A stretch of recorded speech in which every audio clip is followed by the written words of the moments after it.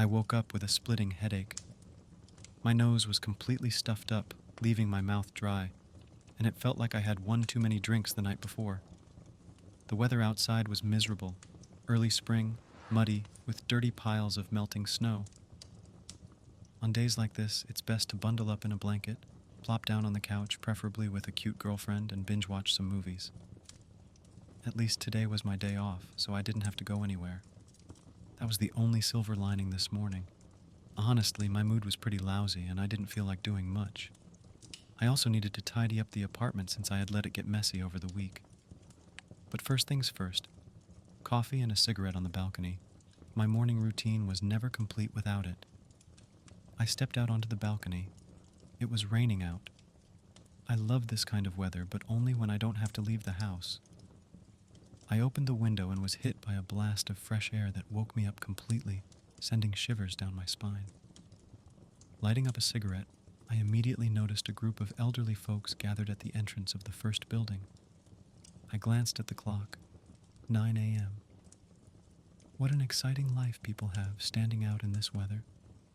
I wondered what was so important that they were braving the rain. They were probably selling something to the old folks, but no.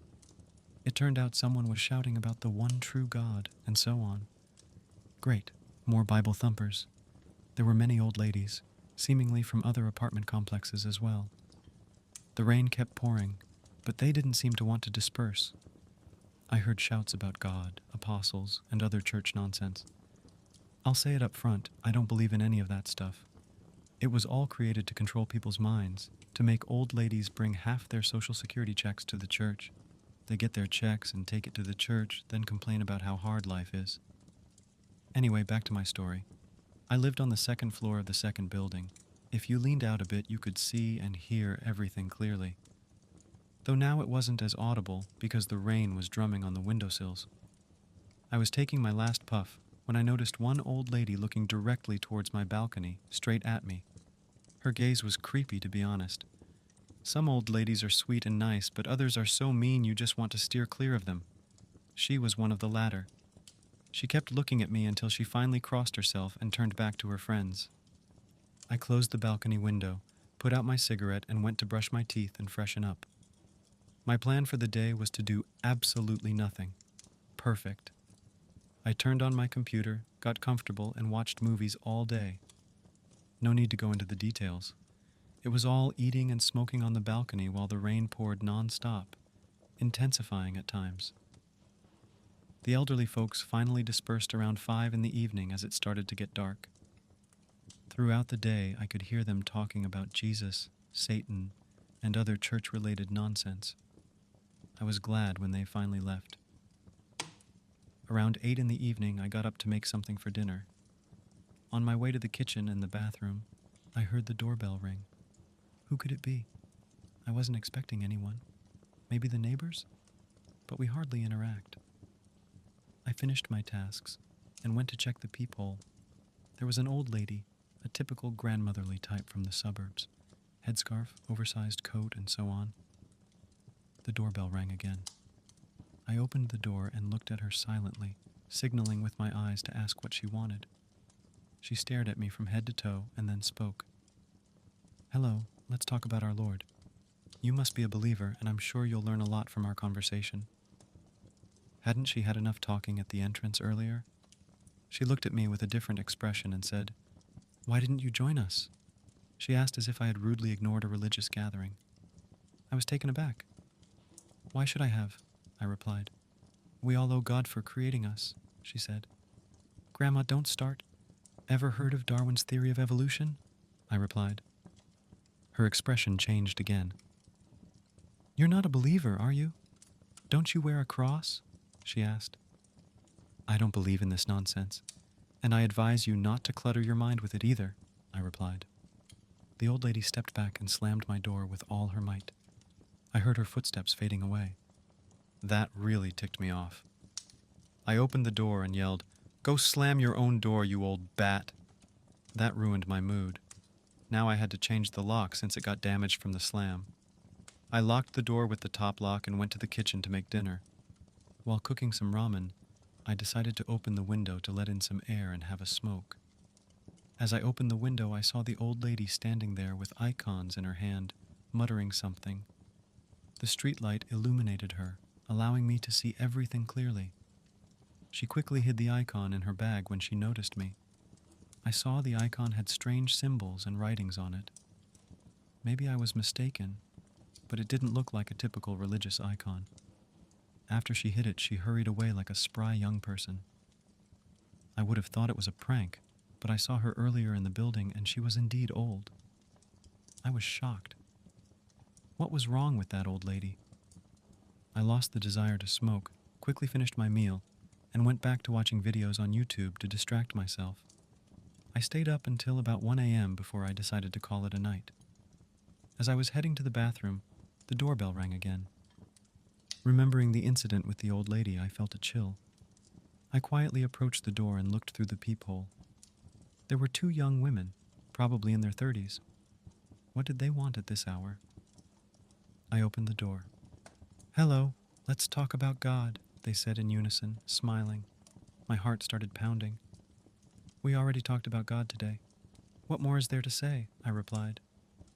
"Did you talk about our God? Do you believe in him?" they asked. "No. And why are you here at 1 a.m.? I snapped. "Don't be rude, young man," one of them said. "How else should I talk to you when you've been bothering me all day with your God?" I shouted. They gave me a strange look and left. I noticed they both had tattoos of an eye and an inverted cross. What kind of belief system was that? Closing the door, I went to bed. Thoughts about the day's visits wouldn't let me sleep. I didn't realize then what awaited me the next day. The next day, I woke up to my alarm. It was Sunday, so I slept a bit longer to rest up for the work week. I made coffee and realized I was out of cigarettes. I grabbed the first thing I saw, put it on, and left the apartment. What I saw next shocked me. There was a large inverted cross and an eye carved into my door as well as on the doors of my neighbors. This was no longer funny. I needed to get cigarettes, though. I went to the corner store, constantly looking over my shoulder. The apartment complex was eerily quiet. No birds, no wind, no rain, not a soul in sight. I bought my stuff and headed back home. As I climbed the stairs, I noticed the same symbols on more doors. When I reached my apartment, I heard the doorbell ring again. This time, it was another old lady. "Hello, let's talk about God," she said, smiling. I lost it. "Enough with your God. Why did you carve those symbols on the doors? If you or anyone from your cult comes back, I'll call the cops," I yelled. Her expression changed to a sinister grin, her teeth bared. I slammed the door shut and went back to my room. I put on headphones to drown out any noise and spent the next few hours in peace. But as night fell, things got weird. I went to the kitchen to make coffee and heard sounds in the hallway. I looked through the peephole and saw the same old lady from the morning standing there with the same eerie grin. Her eyes were white, either clouded or rolled back. I felt a chill and saw more elderly people standing in the hallway, all with the same eyes in various poses. I went to the window and saw people standing like statues all over the courtyard, their eyes glowing in the dark. I felt a surge of panic. I tried to call the police, but there was no signal. I was on the verge of a breakdown. Then, suddenly, there was a loud scream from the courtyard. The elderly folks in the hallway started moving towards my apartment like zombies, mumbling and praying. I was terrified. I looked out the window again and saw a girl running from the first building, chased by one of the figures on all fours. The scream stopped, and the figure was gone. I checked the hallway again, and the elderly people were gone. I looked outside and saw them dispersing to other buildings as dawn broke. I hadn't realized how much time had passed. It was nearly 6 a.m. I collapsed on the kitchen floor, smoked a few cigarettes, and fell asleep from exhaustion.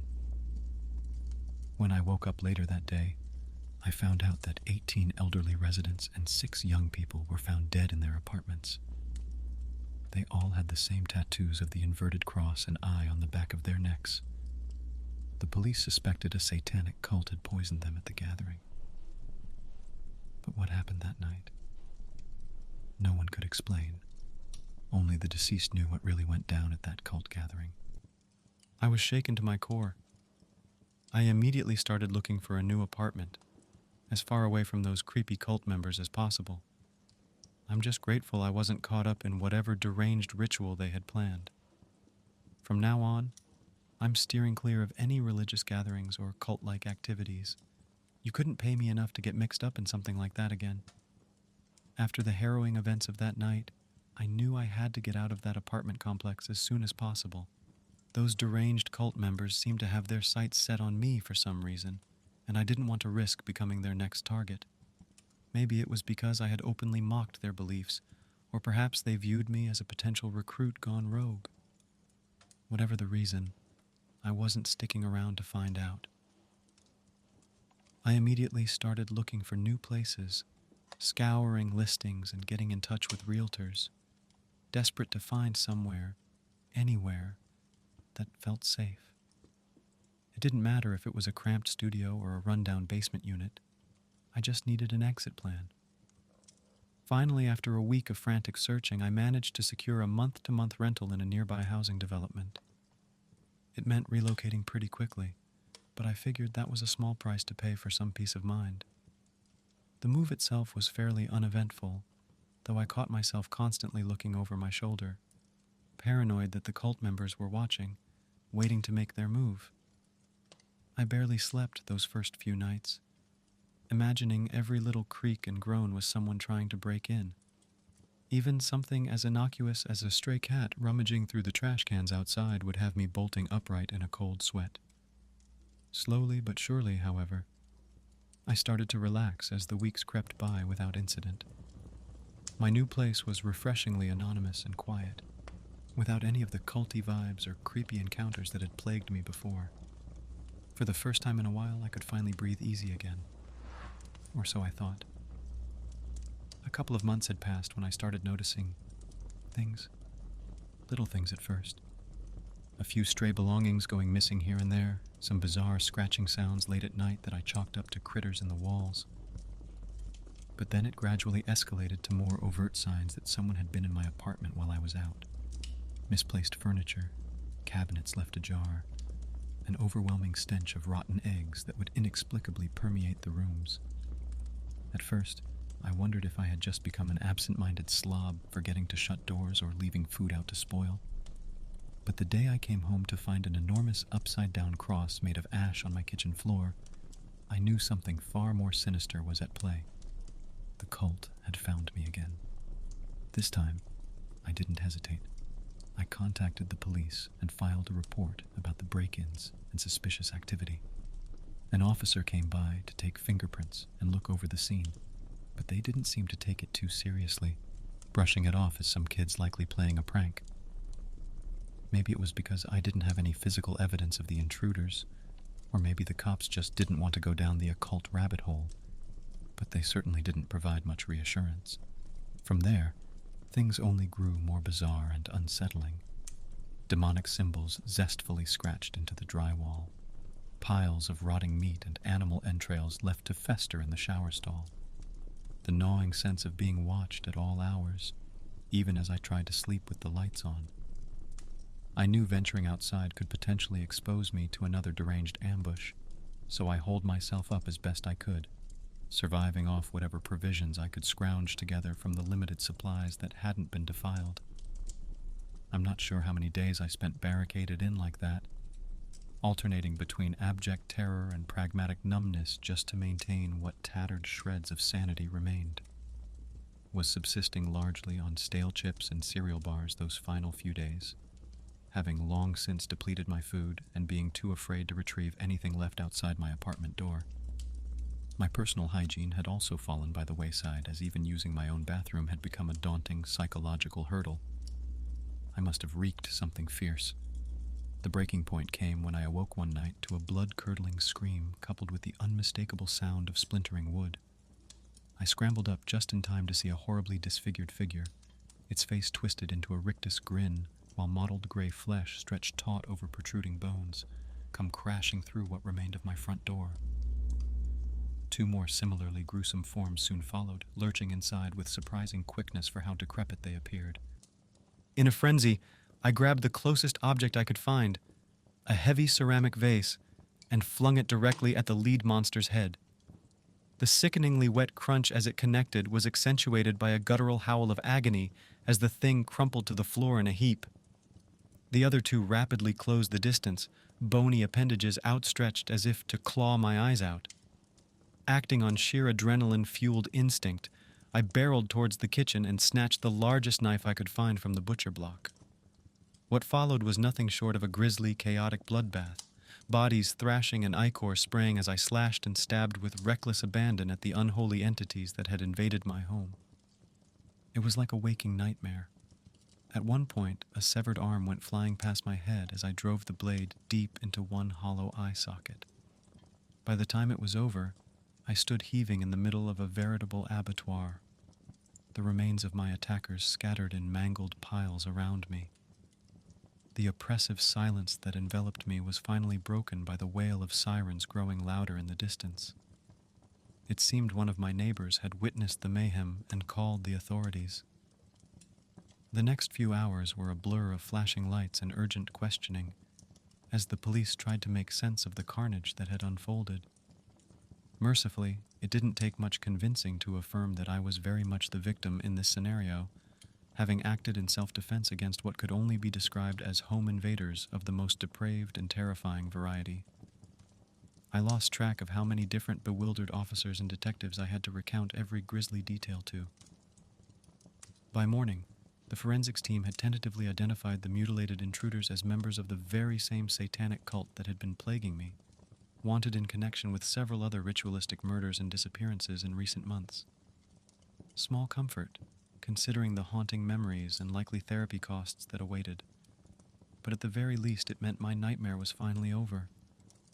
Or so I desperately hoped. While the apartment complex agreed to terminate my lease without penalty in light of the horrific turn of events, the psychological toll that entire waking horror show had on me would linger for years. Even after moving across the country to start over, I still found myself plagued by night terrors and an overwhelming sense of paranoia, always fearful that the cult's remains influence might have somehow spread, like an insidious spiritual contagion. Maybe those fears were justified. Maybe they were just a manifestation of the PTSD I definitely grappled with. Either way, I never took any chances, keeping a wary eye out for any potential signs of that evil resurfacing to torment me anew. While the physical threat itself was neutralized, I sometimes wonder if I'll ever feel whole again after brushing up against something so perverse, so antithetical to humanity. The scars may have healed, but the experience carved out a part of my psyche that can never be replaced. I share this story not as a mere cautionary tale about getting mixed up with the wrong crowds, but as an object testament to the tenacity of true evil in this world. It slithers through the shadows, feeding on fear, perverting the minds of the weak-willed and zealous alike, until all that remains is the inescapable pull towards malice and depravity. Maybe that cult found me by chance, or maybe there were deeper, more unsettling forces at play that marked me for torment. Whatever the case, I'll be donning my proverbial armor of skepticism, rational thought, and vigilance for the rest of my days. Because the real terror isn't in the blood-slicked phantasms that go bump in the night. It's the chilling reality that there will always be those who embrace the darkness, whether by force of obsession or oversight. Perhaps worst of all is the creeping dread that no matter how hard we try to fortify our lives, true malevolence can never be fully exorcised, patiently biding its time to slither back into our world when we least expect it.